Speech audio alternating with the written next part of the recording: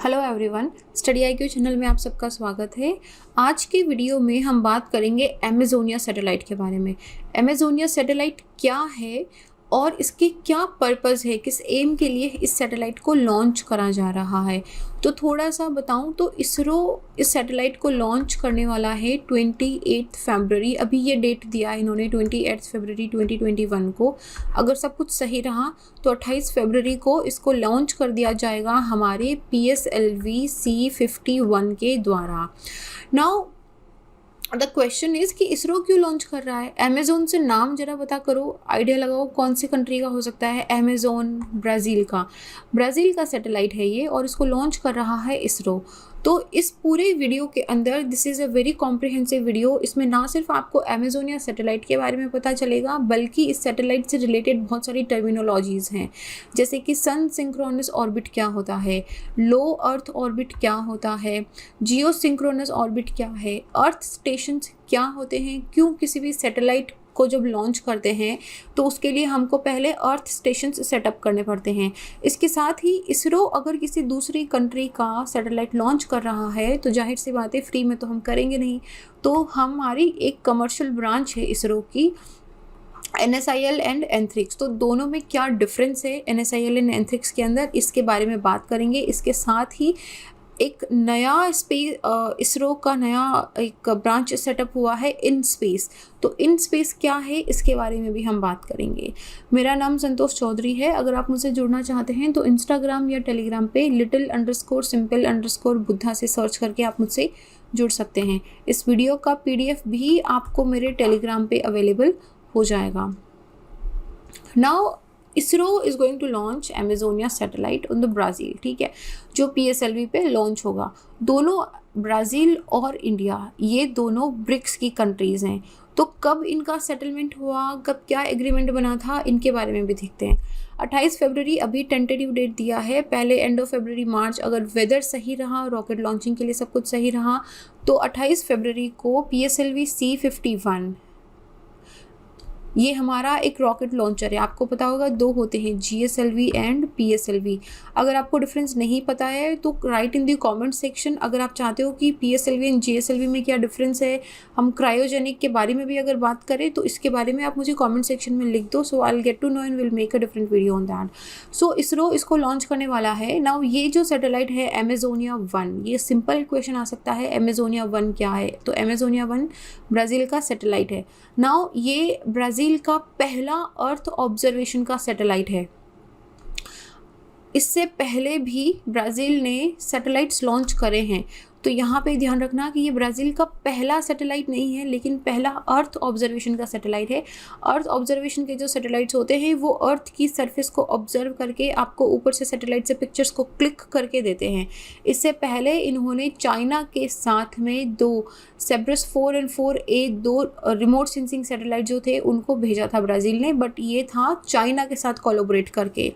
तो अभी ये इंडिया के साथ कोलैबोरेट करके, ये ब्राज़ील का इंडिया के साथ पहला कोलैबोरेशन है जिसके अंडर पहला अर्थ ऑब्जर्वेशन सैटेलाइट भेजा जाएगा। तो ब्राज़ील के अंदर ही ये लोकली डिज़ाइंड है, assembled and tested in Brazil है। अगर क्वेश्चन आ जाए प्रीलिम्स के अंदर या किसी भी ऑब्जेक्टिव क्वेश्चन में तो ध्यान रखना इसरो इसको सिर्फ लॉन्च कर रहा है। इसके डिज़ाइनिंग में, इसके असेंबली में, इसके मेकिंग मैन्युफैक्चरिंग में इसरो का कोई भी रोल नहीं है, ठीक है। तो अमेजोनिया जो है ये सन सिंक्रोनस या पोलर सन ऑर्बिट सैटेलाइट है। ये क्या होता है एक तो इसके बारे में डिटेल में देखेंगे। और ये प्लेनेट की हर 5वें दिन पे इमेज को जनरेट करेगा। हर 5वें दिन पे आपको एक पर्टिकुलर जगह की ओनली एक पर्टिकुलर टाइम पे क्या चेंजेस आए इसके बारे में आपको पता चलेगा। ये एक वाइड व्यू ऑप्टिकल इमेजर है, मतलब कि इसके अंदर विजिबल रेज होती है जो हमको दिखती हैं एज ए लाइक, जिससे हम देखते हैं वो हमारी विजिबल रेज होती हैं। इसके साथ ही नियर इंफ्रारेड के बैंड को भी यूज़ करके ये अर्थ की इमेजेस लेगा, पिक्चर्स लेगा। और उसके साथ ये एक ऑप्टिकल इमेजर है। इस कैमरे का जो रेजोल्यूशन है वो 64 मीटर्स का है। रेजोल्यूशन का मतलब आप ऐसे समझो, आपके फ़ोन में आप बोलते हो ना कि इतना रेजोल्यूशन है, 24 का रेजोल्यूशन है, 64 का, 128 का रेजोल्यूशन है। सो दिस इज़ रेजोल्यूशन कि आपका जो पिक्सल है उसका क्लियरिटी कितना है, कितना जूम करके आप उसको देख सकते हो, 1 पिक्सल में वो कितना एरिया कवर करेगा। तो 1 पिक्सल में ये 64 मीटर्स का एरिया कवर करेगा। सो दैट इज़ इतना अच्छा इसका रेजोल्यूशन होगा। ये दो इंडिपेंडेंट मॉडल्स होंगे इसके। एक सर्विस मॉडल होगा जिसमें ये मल्टी मिशन प्लेटफॉर्म के अंडर काम करेगा, और दूसरा पेलोड है जिसके अंदर जो इमेजिंग कैमराज हैं, जो transmitting recording and transmitting image data को ये कैप्चर करेगा। तो ये इसके 2 इंडिपेंडेंट मॉड्यूल्स होंगे। कैसे शुरू हुआ, क्यों इंडिया ब्राज़ील का कर रहा है? 6th ब्रिक्स समिट हुआ था 2014 में। तो जब इस तरह की समिट्स होती हैं इंटरनेशनल प्लेटफॉर्म पे, तो बहुत सारी कंट्रीज़ एक साथ भी आती हैं और आपस में ये अपना बायलैटरल एग्रीमेंट्स भी करती है। तो इंडिया और ब्राज़ील का एक बायलैटरल एग्रीमेंट हुआ था जिसके अंदर इस चीज़ पे फोकस करा गया था कि हम ब्राज़ील में अर्थ स्टेशन से सेट करेंगे फॉर द इंडियन सैटेलाइट। बहुत इंपॉर्टेंट चीज़ बता रही हूँ, ध्यान से सुनना। अर्थ के इक्वेटर के पास है ब्राज़ील, ब्राज़ील से अर्थ का इक्वेटर निकलता है। तो जितने भी जियो सिंक्रोनस के हमारे सैटेलाइट्स हैं या जो सैटेलाइट्स हम लॉन्च करते हैं वो सारे अर्थ की इक्वेटर के चारों तरफ ही घूमते हैं। तो वहाँ से डेटा को इक्वेटर के पास अगर हम अर्थ स्टेशन को सेट करते हैं तो ये हमारे लिए बहुत बेनिफिशियल रहता है। इसीलिए ब्राज़ील के पास हमने ये एग्रीमेंट करा कि हम यहाँ पे अर्थ स्टेशन सेट करेंगे। तो इसके लिए आप कोई भी स्टेशन सेट करोगे तो ब्राज़ील के साइंटिस्ट को वहाँ पे ट्रेनिंग दी जा रही है कि किस तरीके से रिमोट सेंसिंग के डेटा को गैदर करना है, उसको ऑपरेट करना है। 2000 के अंदर दोनों कंट्रीज़ ने स्पेस कॉपरेशन के अंदर एक एग्रीमेंट करा था। नाउ अगर ये क्वेश्चन आपका IR के अंदर आता है, इंटरनेशनल रिलेशंस में, इंडिया और ब्राज़ील के रिलेशंस में, तो भी अगर आप इस पॉइंट को मेंशन करते हो तो आपको काफ़ी अच्छे मार्क्स मिलने की प्रोबेबिलिटी है। नाउ इस एग्रीमेंट के अंदर ब्राज़ील ने अर्थ स्टेशन, अभी दूसरा वर्ड हमारा क्या है यहाँ पे, अर्थ स्टेशन, इसको जस्ट नोट करना। अभी हम दोनों के बारे में पढ़ते हैं। नाउ ब्राज़ील ने रिसोर्स सेट 1 से डेटा को रिसीव करना स्टार्ट कर दिया था। रिसोर्स सेट 1 हमारा एक सैटेलाइट था। रिसोर्स सेट 2 हमने बहुत रिसेंटली लॉन्च करा और 2014 में, इतना भी रिसेंटली नहीं है बट हाँ, तो इन दोनों से इन्होंने डेटा को रिसीव करना स्टार्ट कर दिया अपने ग्राउंड स्टेशंस पे। तो India is getting its tracking support. Satellite कहाँ है स्पेस में, हम यहाँ से डेटा ट्रांसमिट करते हैं, वहाँ से डेटा को रिसीव करते हैं। तो ये सारा कमर्शियल बेसिस पे हो रहा है, ठीक है। ब्राज़ील हमारे लिए फ्री में नहीं कर रहा और हम ब्राज़ील के लिए फ्री में नहीं कर रहे हैं। तो हम वहाँ पे अर्थ स्टेशन लॉन्च कर रहे हैं, सेट कर रहे हैं, और हम बदले में क्या हेल्प कर रहे हैं, उनको ट्रेन कर रहे हैं और उनका जो सैटेलाइट है उसको भी हम लॉन्च करने में हेल्प कर रहे हैं। सो ये ट्रैकिंग सिस्टम जो है ये रिसोर्स सेट 1 और 2 में था। उसके बाद में इसको चंद्रयान 1, मेगाट्रॉपिक्स, मॉम हमारा जो मंगलयान मिशन गया था, एंड एस्ट्रोसेट जो हमारा सन के लिए मिशन लॉन्च करा गया है, इन सब के प्रोग्राम्स के लिए भी अभी ट्रैकिंग स्टेशंस वहीं पे है। तो अब क्वेश्चन आता है अर्थ स्टेशन क्या है। अर्थ स्टेशन नाम से पता चल रहा होगा कि एक स्टेशन है जो अर्थ पे है। Cool, we got it. तो लेकिन क्यों ज़रूरी है ये? सैटेलाइट जब स्पेस में होता है तो कम्युनिकेशन कैसे होगा? इस कम्युनिकेशन को करने के लिए हम 2 अर्थ स्टेशंस बनाते हैं, एक uplink and downlink. This is very much similar to the cell phones also. Cell phones के लिए भी आपको अर्थ स्टेशन चाहिए होते हैं। जो मोबाइल टावर्स आप देखते हो, ये मोबाइल टावर्स हमारी जो इलेक्ट्रोमैग्नेटिक वेव्स होती हैं या फिर जो बैंड होती है उसको कम्युनिकेट करने में काम आता है। ये कहीं से ये ट्रांसमिट करता है, मतलब भेज रहा है, और फिर ये रिसीव भी करता है सैटेलाइट से। तो ये अगर किसी भी मोबाइल टावर को आप एग्जांपल लो तो ये एक छोटा अर्थ स्टेशन है। बड़े सैटेलाइट्स के लिए हमें बड़े अर्थ स्टेशन चाहिए होते हैं with a wider frequency and wider width. तो उसके लिए इस तरीके अर्थ स्टेशन सेट करे जाते हैं। तो ये अर्थ स्टेशन क्या करते हैं, सैटेलाइट को कम्युनिकेशन नेटवर्क प्रोवाइड करते हैं। सैटेलाइट को अपने स्पेस में ले जाके छोड़ देने से कोई प्रॉफिट नहीं है। हमको क्या चाहिए, इमेजेस उससे चाहिए, और हम उस पर फंक्शनिंग करते हैं। अगर आपको मॉम की लॉन्च याद है या फिर आपको अगर चंद्रयान 2 की लॉन्च भी अगर आपको थोड़ा सा पता है, तो जब हमारा लैंडर वहाँ पे हमने जब लॉन्च करा था तब आपने देखा होगा कि किस तरीके से कमांडिंग हो रही थी। हम कम्युनिकेट कर रहे थे चंद्रयान 2 से कंटिन्यूसली। तो वो कम्युनिकेशन किसके थ्रू हो रहा था, अर्थ स्टेशंस के थ्रू कम्युनिकेशंस हो रहा था। अभी सीधा यहाँ से मैं बोलूँगी पहुँचेगी नहीं आवाज़, तो ये अर्थ स्टेशंस के थ्रू हम यहाँ से सिग्नल लॉन्च करते हैं। वो चंद्रयान 2 पे जाता था, वो उसको रिसीव करता था और अकॉर्डिंगली उनका जो भी कमांड होता था उसको वो रन करता था और यहाँ से चंद्रयान ने जो भी इमेजेस ली वो अर्थ पे वापस भेजता था, अर्थ स्टेशन पे। ये अर्थ स्टेशन इसको रिसीव करते थे और फिर वो हमको मिलती थी। तो ये बहुत ही cost effective and reliable manner होता है, जिससे आपको डिज़ायर्ड सिग्नल क्वालिटी भी मिल जाता है और आपका डेटा ट्रांसमिट होता है। अर्थ सेगमेंट ऑफ सैटेलाइट कम्युनिकेशन जो है जनरली उसमें दो होते हैं, एक होता है ट्रांसमीटर, एक होता है रिसीवर। हालांकि आप एक से भी काम चला सकते हो, लेकिन बहुत जनरली डिपेंड करता है कि आपके अर्थ स्टेशन का लोकेशन क्या है, आपके सैटेलाइट का लोकेशन क्या है। नाउ इस पूरे लॉन्च का रीज़न क्या है? ये जो लॉन्च है, ये सैटेलाइट ये सैटेलाइट क्या है? अर्थ ऑब्जर्वेशन का सैटेलाइट है। अर्थ ऑब्जर्वेशन नाम से पता चल रहा है कि हम अर्थ को ऑब्जर्व कर रहे हैं। तो ये ना सिर्फ जो अमेज़ोन में आपको पता है कि अभी अमेज़ोन के अंदर फायर लगा था, तो उससे कितना ज़्यादा परसेंटेज फ्लोरा एंड फ्योना का ख़राब हो गया है, क्लाइमेट चेंज बहुत ज़्यादा आगे बढ़ गया है। तो ये इन चीज़ों को मॉनिटर करेगा कि डिफॉरेस्टेशन कितना हो रहा है, कहीं पे फायर तो नहीं लग रही है। तो इन सब चीज़ों को ये मॉनिटर करेगा। इसके साथ ही एग्रीकल्चर लैंड वेजिटेशन एरिया में हेल्प हो गई, या फिर कोस्टल जोन की मॉनिटरिंग हो गई। आपको पता है कि ब्राज़ील के इधर अटलांटिक ओशन लगता है, और बाकी जो related earth applications, earth observation related applications है, उन सब के लिए इस लॉन्च से ब्राज़ील को बहुत हेल्प मिलेगी। लेकिन सबसे ज़्यादा हेल्प मिलेगी कि आप अमेज़ोन एरिया के अंदर डिफॉरेस्टेशन या फायर कहीं पे भी हो रही है तो उसको ध्यान रखा जा सकता है। नाउ इसरो मतलब हम सिर्फ एक सैटेलाइट लॉन्च नहीं कर रहे, इसके साथ में हम 4 सैटेलाइट लॉन्च कर रहे हैं। 3 इंडियन सैटेलाइट होंगे और एक अमेजोनिया सैटेलाइट होगा। तो ये पोलर सैटेलाइट लॉन्च व्हीकल, आपको पता है GSLV and PSLV, PSLV C-15, इससे हम लोग लोअर अर्थ ऑर्बिट जो होती है हमारी, उनमें लॉन्च करते हैं। तो ये एक कमर्शियल लॉन्च होगा। इसमें प्राइमरी पेलोड का मतलब है कि सबसे ऊपर का जो सबसे इंपॉर्टेंट पेलोड है वो अमेजोनिया है। इसके साथ ही 3 इंडियन सैटेलाइट होंगे। नाउ इन 3 इंडियन सैटेलाइट में एक सबसे ज़रूरी है, वो है आनंद। बहुत, दिस इज़ वेरी इंपॉर्टेंट। एक ये अर्थ ऑब्जर्वेशन सैटेलाइट है आनंद का, और ये इंडियन स्टार्टअप है एक पिक्सल, जिसको 6G के नाम से भी बोला जाता है। ये पिक्सल का एक अर्थ ऑब्जर्वेशन सैटेलाइट है, और ये पहली बार ऐसा हो रहा है कि कोई इंडियन स्टार्टअप जो है वो पिक्सल अपना एक अर्थ ऑब्जर्वेशन सैटेलाइट भेज रहा है, and it is an advanced earth observation satellite. इसके साथ ही एक city base space kids India और एक दूसरा सैटेलाइट है जो इंडियन यूनिवर्सिटीज़ ने मिलके बनाया है, उन कम्युनिकेशन सैटेलाइट्स को भी लॉन्च करा जाएगा। तो इसमें इसरो का अपना कोई सैटेलाइट नहीं है, इसरो सिर्फ अपना लॉन्च व्हीकल उधार दे रहा है कि इनको लॉन्च करा जाए। एक है बाहर का, 3 है इंडिया के, जिसमें से एक है स्टार्टअप, एक है स्टूडेंट्स का और एक है यूनिवर्सिटीज़ का। तो ये 4 सैटेलाइट्स हैं हमारे। तो इसमें देखो क्यों यहाँ पे आपको ये इंपॉर्टेंट चीज़, यहाँ पे पिक्सल पे ध्यान दो। I want to discuss this pixel thing.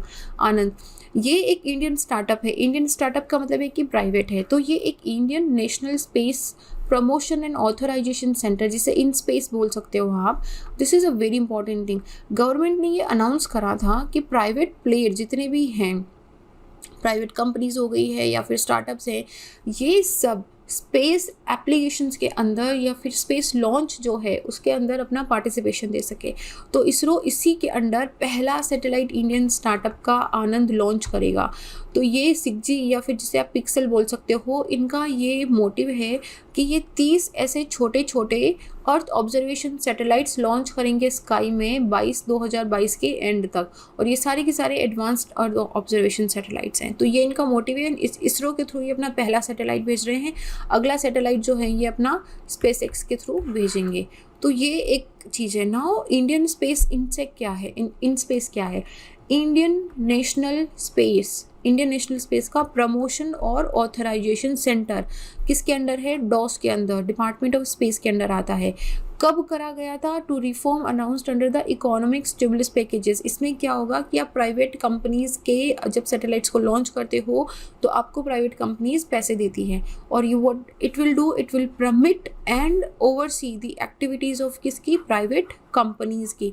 इससे प्राइवेट कंपनीज़ को एक बूस्ट मिलेगा स्पेस रिलेटेड एक्टिविटीज़ के लिए। लगभग इंडिया में 500 से ज़्यादा ऐसी प्राइवेट कंपनीज़ हैं जिन्होंने इसरो के साथ पार्टनरशिप करके रखा है डिफरेंट स्पेस एक्टिविटीज़ में। नाउ इसरो एक छोटा सा सिंपल ऑर्गेनाइजेशन है। ISRO can not do it all. Manufacture भी करना होता है, डिज़ाइन भी करना होता है, लॉन्च भी करना होता है, डेटा ट्रैक भी करना होता है। इसके साथ में आपको प्लेनेटरी में भी भेजना है, आपको एक्स्ट्रा टेरेस्ट्रियल भी भेजना है। सब तरह का इसरो पे बहुत बर्डन हो जाता है। तो अपने काम को ये क्या करेगा, थोड़ा बांट देगा, स्प्रेड आउट कर देगा, तो थोड़ा प्राइवेट कंपनी से हेल्प ले जाएगा। क्योंकि बहुत जब ऐसा होता है कि जैसे आप अगर चंद्रयान 2 या चंद्रयान 3 अगर आप भेज रहे हो, या फिर अगर आप वीनस पे, जुपिटर पे सैटेलाइट भेजने की बात जब चल रही होती है, तो this is a huge task. आपको बहुत रिसर्च एंड डेवलपमेंट करना पड़ता है, इसमें बहुत सारा मैन पावर लगता है, बहुत सारा माइंड लगता है। जाहिर सी बात है, हम बोलते ही हैं कि कोई रॉकेट साइंस तो है नहीं, बड़ा सिंपल है। So rocket science itself is a very tough thing. So ये प्राइवेट कंपनीज क्या करेंगी, इसरो के काम को थोड़ा डिवाइड कर देंगी। ऐसा काम जो मैनुअल है बहुत ज़्यादा, या फिर जो ऑलरेडी स्टैब्लिश्ड है, जिसमें अभी ज़्यादा रिसर्च एंड डेवलपमेंट की ज़रूरत नहीं है, वो काम इन कंपनीज़ को दे दिया जाएगा। अच्छा, इन स्पेस का जो डिसीजन है, इट इज़ फाइनल, बहुत इंपॉर्टेंट है, this is very important. In space का डिसीजन फाइनल एंड बाइंडिंग होगा इसरो के सारे स्टेक होल्डर्स पे, चाहे वो प्राइवेट हो, चाहे वो इसरो खुद हो, इन सब को मानना पड़ेगा इन स्पेस का जो फाइनल डिसीजन होगा। और और प्राइवेट प्लेयर्स को इन स्पेस से अगर उन्होंने परमिशन ले ली है, तो उनको इसरो से अलग से परमिशन लेने की ज़रूरत नहीं है। इसरो इस मामले में कुछ भी अपना इंटरफेरेंस नहीं करेगा। अच्छा, अब बात करते हैं सन सिंक्रोनस ऑर्बिट की। सन के साथ सिंक्रोनाइज हुई हुई ऑर्बिट। सन सिंक्रोनस ऑर्बिट में क्या होता है, देखो, तीन तरह की ऑर्बिट होती है, low, middle and higher earth orbits. तो एक ये अगर हमारी अर्थ है, ये हमारे पोल से north and south, this is east and west. So polar satellites जो होते हैं, या जो सैटेलाइट्स होते हैं, वो जनरली इस तरीके से घूमते हैं नॉर्थ एंड साउथ से। और ये exactly north and south pole के पिन पॉइंट से नहीं, बल्कि अगर 20-30 डिग्री भी इधर उधर घूमते हैं तो भी इनको पोलर सैटेलाइट के नाम से ही माना जाता है। नाउ ये पोलर सैटेलाइट जो होते हैं, ये लो अर्थ ऑर्बिट होते हैं। लो अर्थ ऑर्बिट का मतलब क्या है कि अर्थ की सरफेस से जहाँ पे आप खड़े हो, उससे ये सैटेलाइट का डिस्टेंस जो है ये 200 से 1000 किलोमीटर तक होता है, बहुत ज़्यादा ऊपर नहीं होता है। तो सन सिंक्रोनस ऑर्बिट जो है, ये एक तरह का पोलर ऑर्बिट है। मतलब क्या हुआ कि नॉर्थ से साउथ में जा रहा है, और लो अर्थ ऑर्बिट है ये, ओके। जिसमें से इसको हेलियो सिंक्रोनस भी बोलते हैं, क्योंकि सन को हम हेलियो भी बोलते हैं। नाउ अभी आ रहा है कि सन सिंक्रोनस क्यों है। सन के मूवमेंट के साथ ये सिंक्रोनाइज्ड है। हमारा एक दिन होता है 24 घंटे का। आपकी घड़ी में अभी अगर मान लो 1:24 हुए हैं, तो कल आफ्टर 24 आवर्स आपकी घड़ी में वापस 1:24 PM बात करते हैं हम, ठीक है, AM PM के अंदर इतना बजेगा। नाउ सन सिंक्रोनस ऑर्बिट या सन सिंक्रोनस और सैटेलाइट में क्या होगा कि आज अगर उस सैटेलाइट ने 1:24 पे आप जहाँ पे खड़े हो उसकी पिक्चर ली है, तो कल बिल्कुल इसी समय पे वो सैटेलाइट इसकी पिक्चर लेगा। इसका मतलब है कि पूरे अर्थ को वो 24 घंटे में ऑर्बिट करके वापस उसी जगह पे पहुंच जाएगा। At a given point in the planet surface at the same local mean solar time. अगर आपको सुबह 5 AM पे अपने सर के ऊपर से कोई सन सिंक्रोनस ऑर्बिट सैटेलाइट जाता दिख रहा है, तो कल भी 5 बजे आपको आपके सर के ऊपर से वही सन सिंक्रोनस सैटेलाइट जाता हुआ दिखाई देगा। पॉइंट समझ गए आप? सन के साथ सिंक्रोनाइज्ड है ये फिक्स्ड पोजीशन होते हैं। इसमें ये एक ही पर्टिकुलर स्पॉट को, जैसे कि मैं अमेज़ोन की बात कर रही हूँ, अमेज़ोनिया की बात करते हैं। अब ये क्या करेगा, अमेज़ोन को हर 5 दिन में कर रहा है, तो ये हर बार हर 5 दिन के अंदर इसकी स्पीड वेरी कर सकती है। हो सकता है कि ये अर्थ का ऑर्बिट 1 दिन में करे, हो सकता है कि अर्थ का ऑर्बिट 4 दिन में करे। लेकिन इस पर्टिकुलर स्पॉट को अगर ये शाम को 5 बजे कैप्चर कर रहा है, तो हर बार चाहे 1 दिन, 4 दिन, 10 दिन के बाद जब ये वापस पहुँचेगा, तो ये यहाँ पे 5 बजे ही पहुँचेगा, same spot eight the same local time, ठीक है। तो दिस इज़ इट। तो ये होता है सन सिंक्रोनस ऑर्बिट। सन सिंक्रोनस ऑर्बिट का सबसे बड़ा फ़ायदा होता है कि ये अर्थ में किसी भी एक पॉइंट को बार बार उसी टाइम पे ऑब्जर्व करते हैं, तो इसकी वजह से आपको चेंजेस दिखाई देना स्टार्ट हो जाते हैं कि कितने उसमें चेंजेस आए हैं। तो ओवर द टाइम आप चेंजेस देख सकते हो।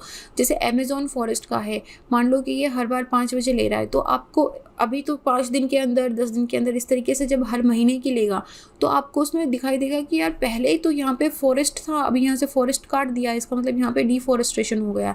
तो इस तरीके से आपको कंपैरिजन में हेल्प मिलती है। तो ये 3 ऑर्बिट्स होती है हमारी, sun synchronous orbit, geostationary orbit and polar orbit. Now sun synchronous orbit is a type of polar orbit only. आप देख सकते हो कि दोनों का सेम है।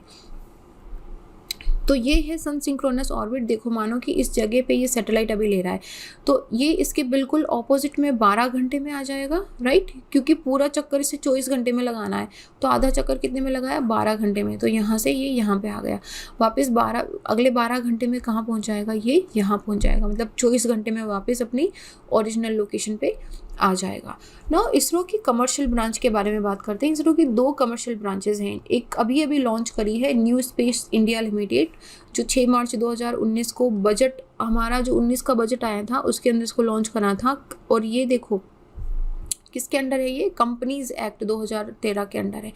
ये पूरी की पूरी होली ओन्ड गवर्नमेंट कंपनी है जो डॉस के एडमिनिस्ट्रेशन के अंडर है। नाउ NSIL जो है ये इसरो के कमर्शियल ब्रांच है और इसकी प्राइम रिस्पॉन्सिबिलिटी है कि ये इंडियन इंडस्ट्रीज़ को, ये कीवर्ड है यहाँ पे, इंडियन इंडस्ट्रीज़ को, डोमेस्टिक इंडस्ट्रीज़ की बात कर रही है ये। आप एंथ्रिक्स और NSIL में कभी कन्फ्यूज मत होना। NSIL जो है नेशनल स्पेस इंडिया लिमिटेड, ये डोमेस्टिक इंडस्ट्रीज़ की बात करी कि डोमेस्टिक इंडस्ट्रीज़ हमारी जो प्राइवेट कंपनीज या स्टार्टअप्स हैं इनको हेल्प करेगी high technology space related activities में, उनका प्रमोट करना, उनका commercial exploitation of the product करना। जैसे कि जो पिक्सल कंपनी है, इसका जो आनंद सैटेलाइट है इसको लॉन्च कर रही है, तो वो किसके थ्रू हो रहा है, NSIL के थ्रू। और दूसरी हमारी कंपनी है एंथ्रिक्स। एंथ्रिक्स पुरानी है, ये भी होली ओन्ड गवर्नमेंट कंपनी है जो डॉस के अंडर है। ये 1992 में बनी थी as a marketing arm of the ISRO.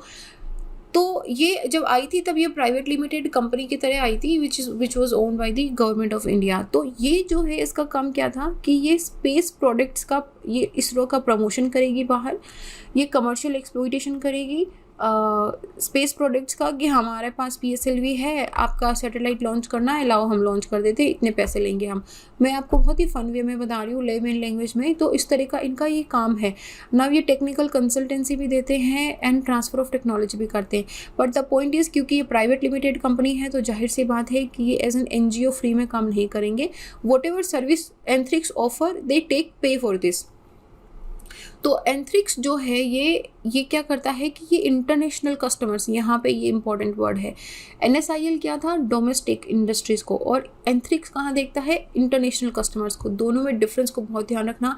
Anthrax करता है deal for satellite and launch vehicle with the foreign customers, और NSIL करता है फॉर दी लोकल इंडस्ट्रीज़ जैसे कि, तो अभी बताओ अमेजोनिया कहाँ जाएगा, अमेजोनिया ने किससे बात करी होगी, एंथ्रिक्स से, और पिक्सल ने किससे बात करी होगी, NSIL से। कूल।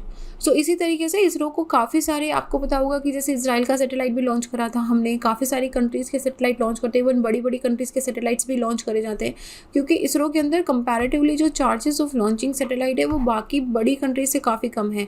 और सैटेलाइट बनाना के साथ, मान लो कि कोई कंट्री है वो अपना सैटेलाइट बना सकते हैं, जैसे ब्राज़ील ने सैटेलाइट बना लिया, लेकिन launching of satellite is a very different technique. तो लॉन्चिंग ऑफ सैटेलाइट हर कंट्री के पास अवेलेबल नहीं होता है, तो इसीलिए काफ़ी सारी लैटिन अमेरिकन कंट्रीज जैसे Brazil, Argentina, Chile, Colombia, Bolivia, ये सारी कंट्रीज़ इसरो के साथ स्पेस कॉर्पोरेशन के अंदर एग्रीमेंट कर रही हैं कि इनको सैटेलाइट में टेक्नोलॉजी ट्रांसफ़र करा जाए या फिर इनको सैटेलाइट में लॉन्चिंग हेल्प में दी जाए। So this was it in this video. I hope you guys like this video and do write in the comment section. Also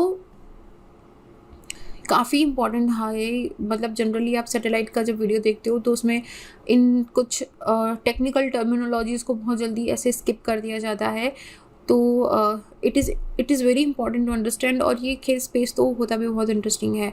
आप मुझसे जुड़ना चाहते हो तो इंस्टा या टेलीग्राम पे आप जुड़ सकते हो। इस वीडियो का PDF आपको मेरे टेलीग्राम पे मिल जाएगा। And this is it in this video. I will see you guys in the next. Till then be happy. जय हिंद।